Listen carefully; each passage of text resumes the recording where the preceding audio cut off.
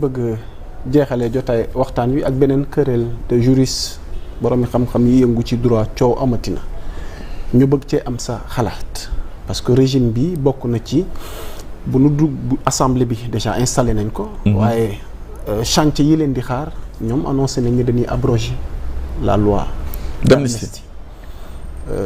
ngay avocat. D'abord la loi d'amnistie. coowal abrogation loi li ci am yëpp ci ay xalaat. kenn ku ci nekk di ci joxe sa gis-gis ku ci nekk am foo campé. non mais bon je vais te dire man. waaw voilà donc ñu jeexalee jotaay bi tey nga indil ñu njàngat wi nga am. li ñu ciy wax mooy c'est simple. d'abord lan mooy loi d'amnistie. loi d'amnistie loi boo xam ne la ñu voté ko assemblée nationale majorité simple ne ay jëf wala ay wax yi fi xewoon de telle période à telle période dafay mel ni musul am dañ koy effacer. Les faits sont effacés, les sanctions sont effacées loolu mooy amnistie grâce da ngay ñëw fekk nit koo xam ne def na dara nga ne ko ñaata at moo la desee 5 ans li ñu la condamné def nga 2 ans des na 3 ans ñu gracier mooy peine bi la ñu wax bu ko exécuter li ci des baal nañ la ko l'infraction reste alors que l'amnistie efface l'infraction léegi nag bu leen fàttali Sénégal la politique bu ma gëm mooy li nga dig mu nekk ci yow bor diggee bor la dañoo dig Sénégalais yi que li fi xewoon en 2021 ba 2023 ñu rey fi ay doomu Sénégal des jeunes la fleur de l'âge dañ ko war a leeral xam kan moo def le président bi fi nekkoon liggéey 12 ans ba xaar ba muy waaj a dem tableau bi li ñu fa bindoon la comme classe ñëw jël éponge am effacé lépp dem yoonam nem kenn du ma poursuivre kenn du poursuivre ñi ma joxoon ay ordre kenn du poursuivre ñi exécuter mais ça ce n'est pas de la bonne gouvernance c'est pas bon moo tax reddition des comptes sur ce point-là aussi dafa am balaa ngay baale nag ñu xam kan ngay baal voilà quand tu dis je pardonne loi d'amnistie loi de pardon la kaw baal kii nga bëgg a baal identifier guñ ko yow xam nga ko mais le peuple ne le sait pas les juges ne savent pas kan lu ñu war a baal ay policiers lu ñu ay nervis ñan la doo tax la loi d'amnistie bu ñu ko voté boole ci ay crimes mooy ay ñi nga xam ne di leen rey boole ci ay délits mais de 2021 ba 2024 dugal nañu ci 2024 pourquoi alors que rey yi ñu ngi ci def 2023 parce que y a eu des morts en 2024 boobu ñu bëggee prolonger mandat bi à Saint-Louis à Dakar et machin y a eu 4 morts moo tax ñu bëgg ci dugal ñi ñu rey doon daal ni leen rey noonu rek après bu ñu ci waxtaan waa ñu dem ci leneen ko loolu yomb na. C'est la raison pour laquelle li ñu gëmee diggoon Sénégalais li ñu ne loi d'amnistie bi warul amnistier ces crimes-là moo tax keroog je pense que le président actuel de l'Assemblée nationale dafa ne réaménagement je pense partiel. Ma sœur Aïssatou Tall Sall génn ne ça va être difficile ça va être compliqué waxul c'est impossible. nee na wax ko daal moo gën a yomb def ko. ah loolu la wax mais peut-être que moom non peut-être que moom. dans son entendement juridique mënu ko mais Moussa Diop mën na ko droit laa def ni moom avocat laa ni moom gis nga loi d'amnistie bi parce que li ñu naan affaire rétroactivité mooy dellu ba ci ginnaaw yokk nañ ci sax intangibilité dama ne jëlal loi d'amnistie parce que wax naa lay wax sànq man su may expliquer Sénégal yi damay yombalal yëf yi ba ñu mu ñu ni ma ko loolu la askan bi bëgg loolu la ñu bëgg léegi yow loi d'amnistie boo xam ne ñu ngi ko voté en 2024 te loi pénale mooy lan l'application immédiate du droit sauf rétroactivité bu fekkee loi bi dafa gën a facile dafa gën a moins sévère loolu mooy rétroactivité mais loi pénale bu ñëwee mënul concerner des faits yoo xam ne avant il s'applique maintenant immédiatement pour les faits futurs pourquoi loi d'amnistie bi qui est une loi pénale dellu ba 2021 tibb foofu su neexoon mu dem ba 1980 su ko neexee pourquoi loi bi nga xam ni moo koy dindi mënul dellu ba foofu loolu lañ bëgg xam nga y a contradiction deuxième chose mooy la loi pénale mën na rétroagir bu fekkee c'est une loi plus douce mooy moo xam ne dafa gën a kii soft mën na rétroagir bu fekkee ni nu mu tudd encore dafay interpréter li xew avant day dellu ba foofu interpréter li fa xew troisième chose une loi pénale peut rétroagir bu fekkee ni législateur bi nga xam ne il est souverain moo ne sama loi bi prend effet à compter de 2021 du dellu si fay ci ginnaaw oui su neexee tamit mu def ko partiel ne man nu mu tànn encore tous les faits de 2021 à 2024 sont considérés comme amnistiés sauf les crimes donc di dindi crime bàyyi délit yi il est où le problème mais dama bëgg a demander vraiment à tous ceux qui interviennent dinaa non les conséquences lu ñu ragal xanaa dañ ci bokk. Oui, parce que le jour de la conférence j'ai entendu un concert parler aussi de la haute cour ragaluñu parce qu'il était ministre parce que xale yi ñu rey elle était ministre de la justice xale yi ñuy rey elle reconnaît devant Maïmouna Ndour Faye que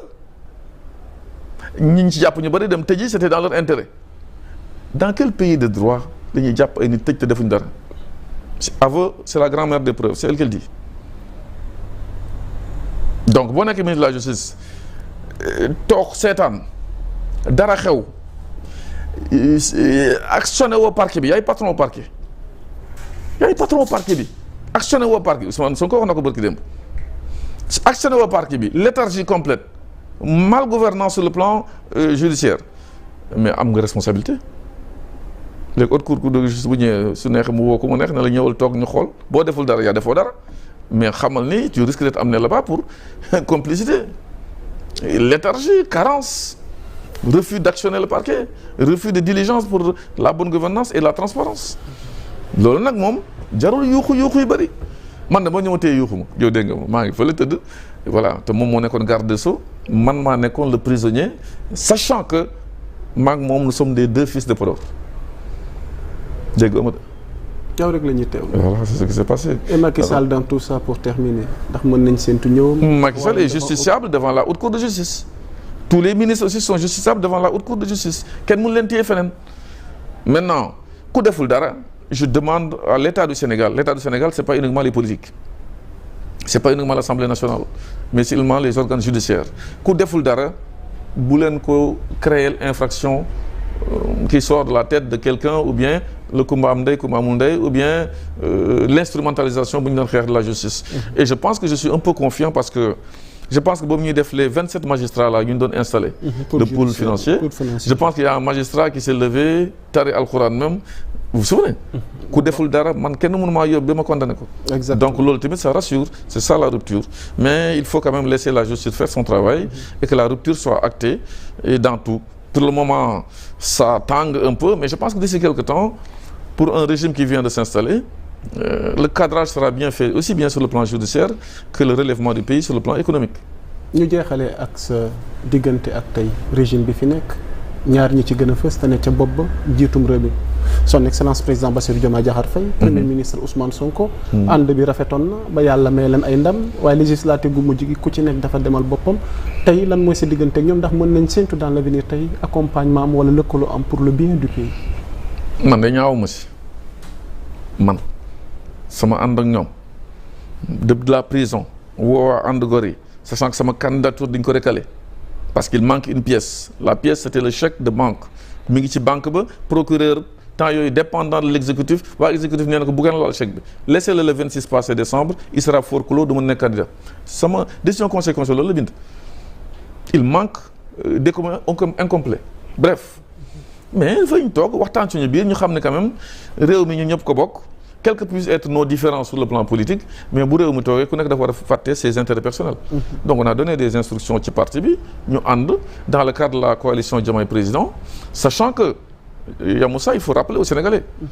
que moment boobu ñuy def Diomaye Président le PASTEF était dissous n'existait plus. Le PASTEF réexiste le 28 mars 2024 par décret du président Macky Sall. Donc Diomaye président moo toog ñun ñëpp ñu bokk ci indi victoire donc moi je ne peux pas comprendre que lu ñëpp bokk ba mu indil leen succès ngeen war a ko parfaire pour continuer ci ànd gor vous vous retrouvez à 8 jours des législatives kenn yëgulu leen ñëw ngeen bon li ngeen liggéey yéen ñëpp Diomaye président di nga koy vendanger jox ko benn parti politique muy le PASTEF et puis ku bëgg nekk député PASTEF koy doon.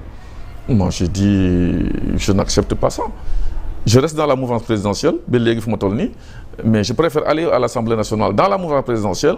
avec mon parti c'est tout. Et puis bu fekkee am na ñoo xam ne ñoo ragal ñuy wor parce que ils ont subi aussi il faut le reconnaître dans Yewwi Askan Wi des choses dans Taxawu dans le PDS aussi qui s'est retrouvé de l'autre côté na wàllu mais bu fekkee am na ñuy wor Moussa Diop musul wor doomu aadama fii Sénégal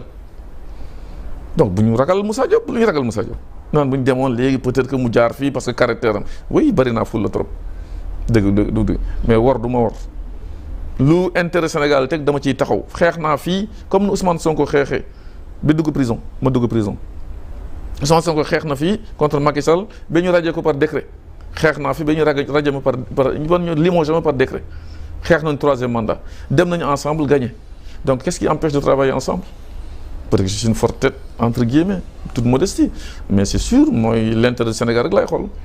voilà donc moi je trouve qu'il y a pas de problème le président Bassirou Diomaye Faye je lui suis parce que nous sommes dans un régime présidentialiste bu baaxee moom la bu yàqoo moom la donc je salue vraiment ni nga xam ne mi ngi koy taxawee te d'ailleurs ça entre dans le cœur des Sénégalais j'ai salué aussi son comportement l'autre jour sa position bu mu jël sur l'affaire Samba Ndiaye j'ai mis un poste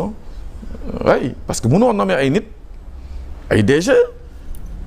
yow nga nommer keneen ñu tëb di yuuxu sa kaw moi si j'étais le président doo fanaan quel que soit le prix parce que tamit ça amène de n'importe quoi voilà mais il a dit avec beaucoup d'élégance je maintiens ma position nañu commence di fàtte bàyyi les rétroviseurs di xool le pare-brise ci kanam moo gën ñu nekk fii di xiyoo ñaayoo comme ce qui se passe dans l'histoire de Diaz Ousmane maa ngi lay demander waat encore pour tëj émission bi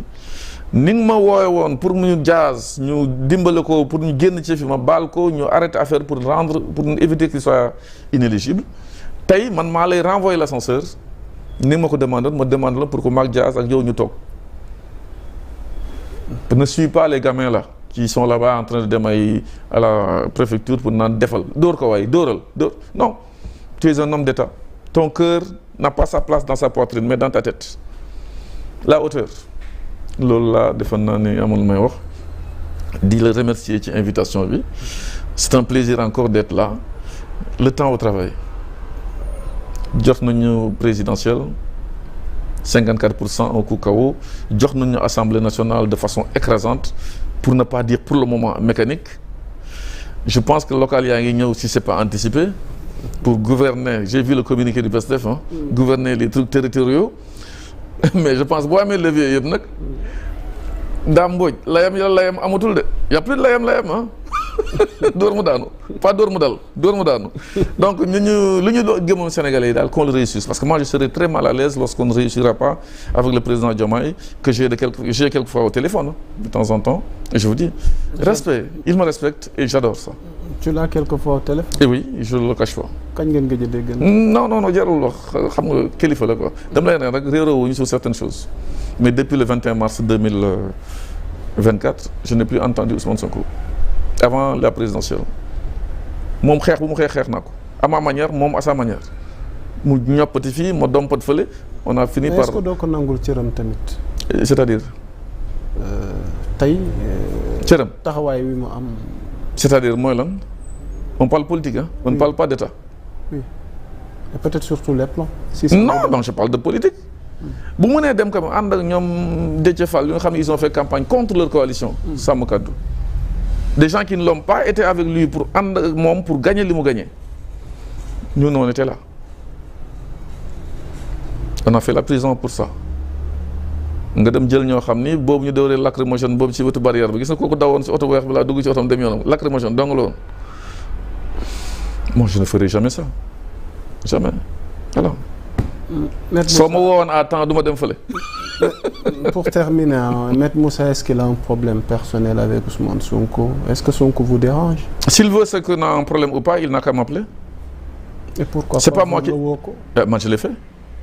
bi nga ko woowee jot nga su ma la nee le 21 mars ba léegi. xam nga bu ma toogee fii dinaa non gisuma ko machin truc. te moom mu nekk aujourd'hui une autorité man je suis pas une autorité dañ naan mais pourquoi d'effort pour demander une audience. Exactement. Je l'ai fait. Okay. Tu sais que son chef de protocole man waru am problème rencontrer ko wala moom mu gis ma le chef de protocole de Ousmane Sonko c'est qui. Djibi Gueye Ndiaye. Djibi Gueye Ndiaye c'était qui. laaj naa la ko. C'était un salarié à Dem Dikk. Ah bon? C'est moi qui l'ai fait passer chef de bureau à chef de division. Comment ça? ñu saaga ma pale nag saaga yu métti les Mahmoud Saleh ne pourquoi tu l'as fait en 2018 parce que c'était vraiment le choc entre Benno Bokk Yaakaar et le PASTEF mais moi c'est un salarié exemplaire qui a su travailler ba ma jël ko defal ko promotion interne donc tey bu demee ba nga xam ni su ma ko waxee ni je veux voir Ousmane ce qui est tout à fait normal mu am ay difficultés même pour jottali ko bu ko jottalee kooku ne ko non c'est pas la priorité j'ai fait ce que je devais faire mais je ne me rabaisserai devant personne bu xeex jotee xam nañ ñu mën a xeex ak ñu ñeme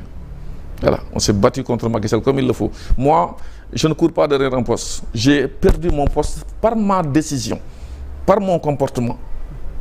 ñu toogul teg du ma mer ngembu de dama ñëw xeex sous décret ne Macky Sall d'accord ma troisième mandat ñu mu limogé ma j'ai pas attendu d'être limogé pour être comme ça donc du ma ñëw di daw comme si je cherche quelque chose wala jël sa maire gàddu ñëw tëdd ci buntu kër Ousmane Sonko di ko naan boo fëgg naa ba soona ubbi woo waaye dem naa fële bés boo fëggee ma dellu si tegal leen fa seen affaire tudd ma kenn nag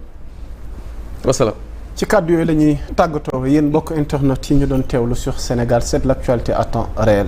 su ma jógee rek le programme est en continu sur toutes nos plateformes di jaajëfal Junior ci coordination bi di jaajëfal Ismaïla ak ñëpp ñi nga xamante ni ñoom la àndal ci li jàppandil émission gu am solo gi nga xamante ni ñu doon dalal kenn ci doomi réew mi ràññeeku nekk homme politique ànd gor ñi jot na moo ko jiite. gor yi ànd gor lay doon. waaw. et tamit un grand avocat au barreau de Paris moo nekkoon gan gi yeneen i gan séntu leen ko incha allah ci yeneen i jotaay ngir gën leen indil ay xibaar yu wér te wóor dolli ko rek ci tolluwaay réew mi mbokk yi ci kàddu yooyu la ñuy tàggatoo di leen baaluwaat ak encore une fois yal na yàlla defal leen jàmm te bu leen ñu fàtte ci ay ñaan.